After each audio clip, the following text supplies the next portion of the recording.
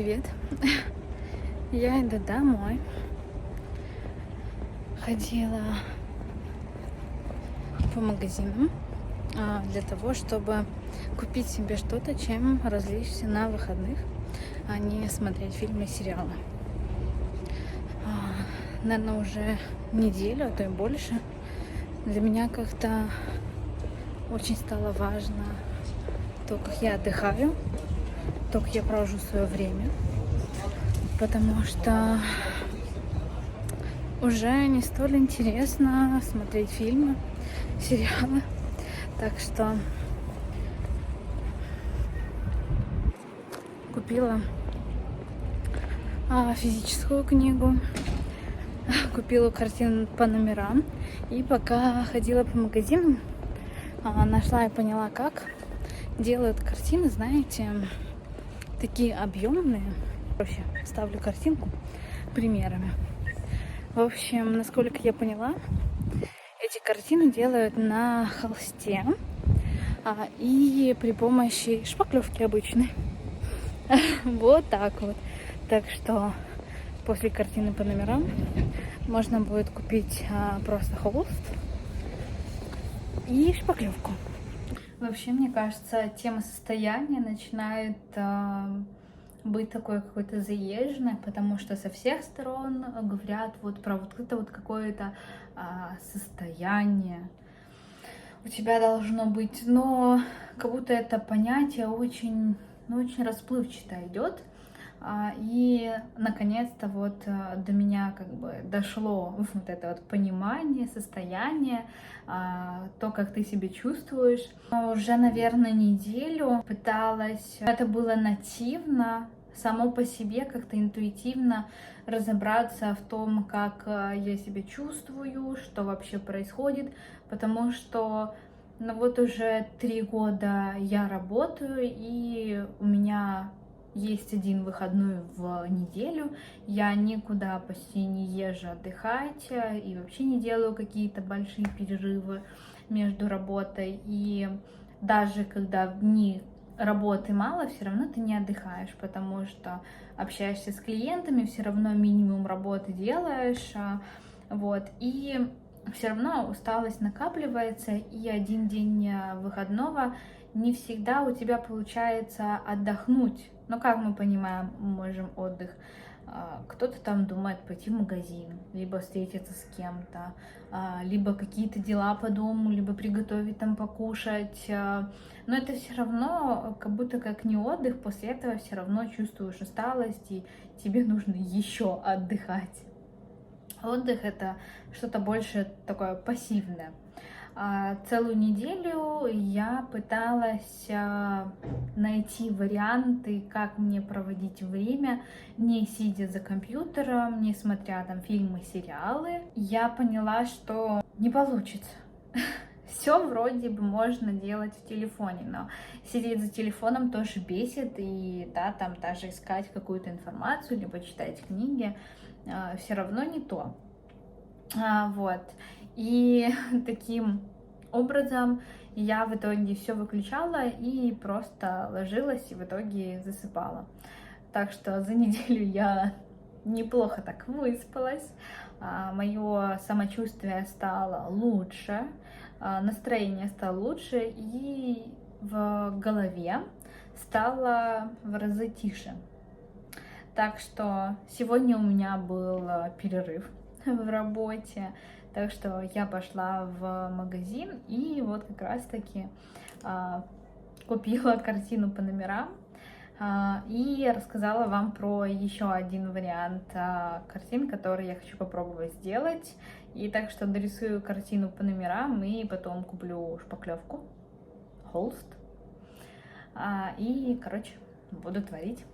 Ищите какие-то свои варианты такого пассивного отдыха, где не надо включать голову, думать, что да и как, чтобы можно было отложить все гаджеты, какой-то посторонний шум, потому что даже музыка, она отвлекает и напрягает голову о том, что там поется, и либо там подпевать будете.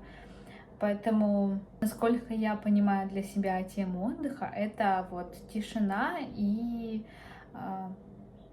спокойствие, чтобы не было гаджетов, не было никакого шума, ты не смотрел, да, что-то куда-то.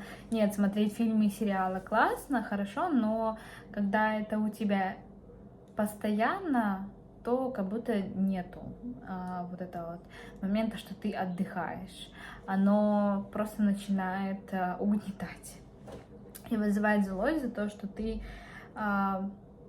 и не отдыхаешь, потому что ты неспокоен от да, того, что у тебя происходит, от работы, особенно вот когда ты там работаешь, да, через телефон, через соцсети, то твоя работа постоянно с тобой, и даже бывает во время просмотра фильма ты сидишь в телефоне и работаешь.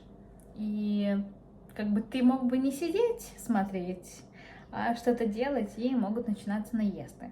Это тоже не работает на лучшую сторону состояния. И, наверное, одна из рабочих практик, в особенности для меня, это писать. Неважно что, главное писать и потом не читать, что ты написал, а даже уничтожить эту бумажку, на которой я писал что-то. Когда пишешь, тоже задействуется, да, мелкая моторика, ты успокаиваешь мозг и вносишь свои мысли именно на бумагу. И тут очень важно это потом не читать, потому что это может быть какой-то мысленный мусор, либо могут вылазить какие-то мысли, которые сидели, которые мешали. И тут важно, самое главное, вот этот вот момент физиологический, что ты пишешь, именно сосредоточен на этом. И это очень хорошо избавляет от лишних мыслей, как-то перенастраивать себя и может поднять настроение, да, сделать легче на душе. Но этот способ, эта практика у меня уже, наверное, лет 8 в обиходе. Я ее периодами делаю, периодами не делаю по тому, как я чувствую. Немножко поделилась с вами тем, что сейчас происходит. Почему меня тоже долго не было? Потому что я не чувствовала состояние того, что я могу чем-то делиться, что я сама, да, наполненная, что я чувствую себя хорошо, и даже неважно, какая тема. А еще на состояние очень сильно влияет то, как вы одеты. И очень сильно влияет то, в чем вы ходите дома. Если это какие-то задрыпанные вещи, ходите с грязной головой, то состояние тоже может портиться. Ну, лично это у меня такое. Поэтому, если у меня тоже грязная голова, у меня может настроение быть не очень. Так что смотрите, следите, отслеживайте за собой. И если для кого было это актуально, прислушайтесь, попробуйте, это действительно работает. И то, как мы себя чувствуем внутренне, как мы себя оцениваем, как мы физиологически себя чувствуем, болит у нас что-то, не болит, где-то что-то мешается или нет у нас в теле, это очень важно. И важно спокойствие в голове, в мыслях, потому что то, что у нас в голове и в мыслях, определяет в целом наше поведение, то, что мы делаем, то, что мы чувствуем, это важно. И каждый дойдет до этого в свой, в нужный момент. Не стоит себя мучить тем, что вот, у других так, а у меня не так. Не волнуйтесь, и до вас дойдет. Все в нужное время происходит. Если вы это слушали, остались, то это, возможно, один из тех шагов, которые вам нужно было сделать, и вы придете к тому, чего вы хотите. Все. Я заканчиваю свой такой монолог и распакую свою картину по номерам. Посмотрю, что я в итоге за книжку купила. Вот сейчас никуда не пойду работать. Не хочу смотреть ничего. Ну, может быть, сяду порисую. Опробую, что там с картину я купила такую. Картина у меня размером 40 на 50 и 21 цвет здесь.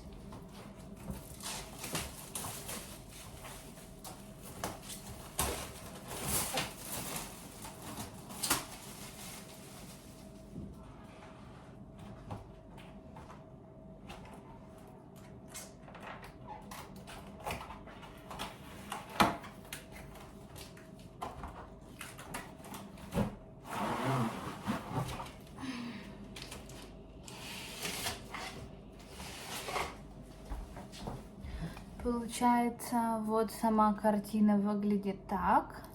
Все введено и циферки. Тут холст. Этот уже вариант именно на раме. Вот тут цвета. И на бумаге. Точно такая же копия, как и на картине. Да. Все, в коробке больше ничего нету, а еще вот тут вот кисточки идут, крепление для картины, а вот это вот баночки вот эти, это финиш, для того, чтобы картина дольше пробыла в красивом виде. Это уже третья картина моя будет.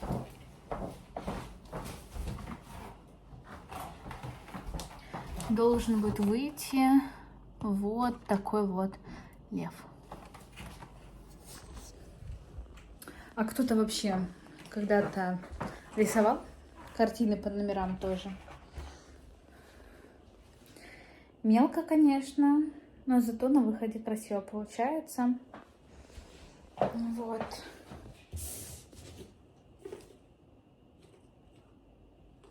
И вот такую вот книжку купила.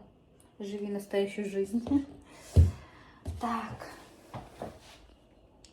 Буду себя этим сейчас занимать. Но, наверное, я больше хочу попробовать начать рисовать. И если будет что-то с красками, то покажу лайфхак, который я с прошлой картины нашла. Вывела для себя. Если краска сухая в банке, то просто туда наливаете водички и даете постоять, ну, минут 15-20, может больше. А потом просто берете кисточку и перемешиваете все, и краска как новая получается. Она просто высохла, не хватает влаги в краске. И таким образом мы добавляем влаги и можем дальше рисовать.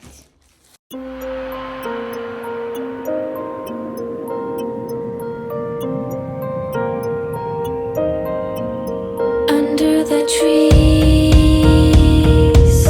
I found a box of black pearls. I couldn't believe that it could change our known world. Under the stars, one night I opened it up, and your voice came pouring out like oil. Ну что ж.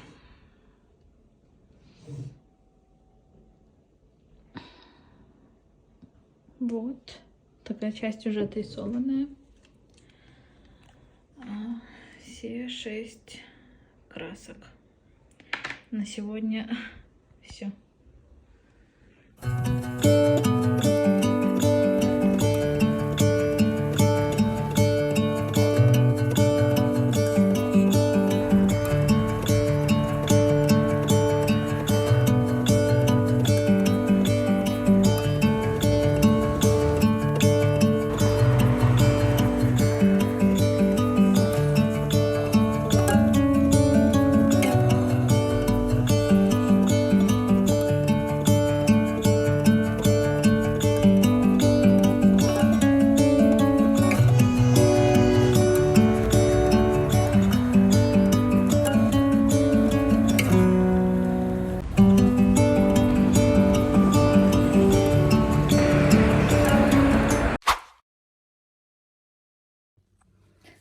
Привет.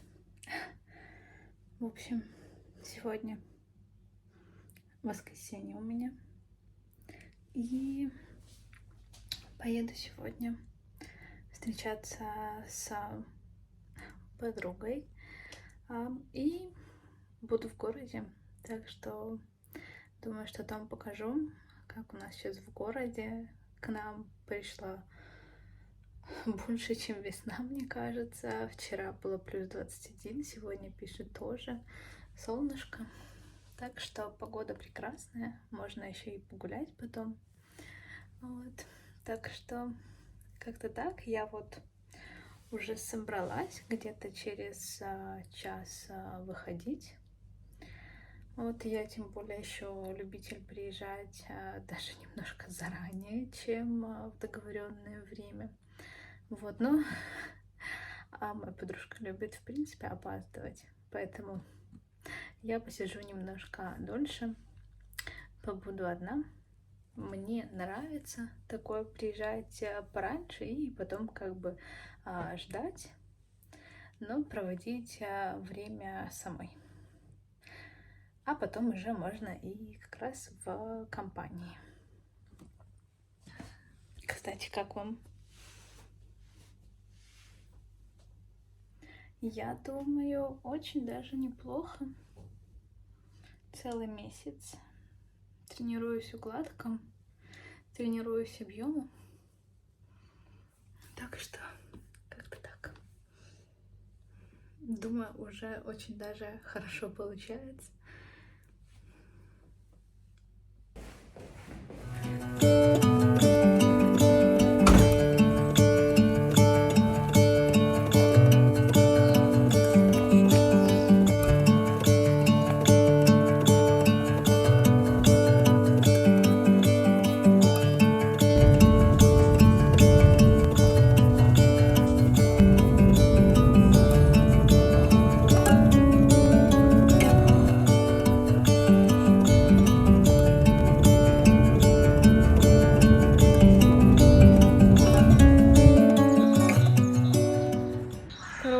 Думала попробовать, чтобы записать на заднюю камеру, чтобы качество было лучше. И в итоге я поменяла камеру на фронтальную, и я снимала улицу. Вообще шикарно. В общем-то, я, как обычно, приехала намного раньше. Чисто для того, чтобы побыть одной, как я уже говорила. Зашла во дворы, потому что перейти дорогу здесь рядышком нельзя, а вид там красивый, там как раз озеро какое-то, река, не знаю, если честно. Тут возле старого города находимся, называется Троицкое предместье. Может быть, и покажу вам его сегодня, если туда пойду прогуляться.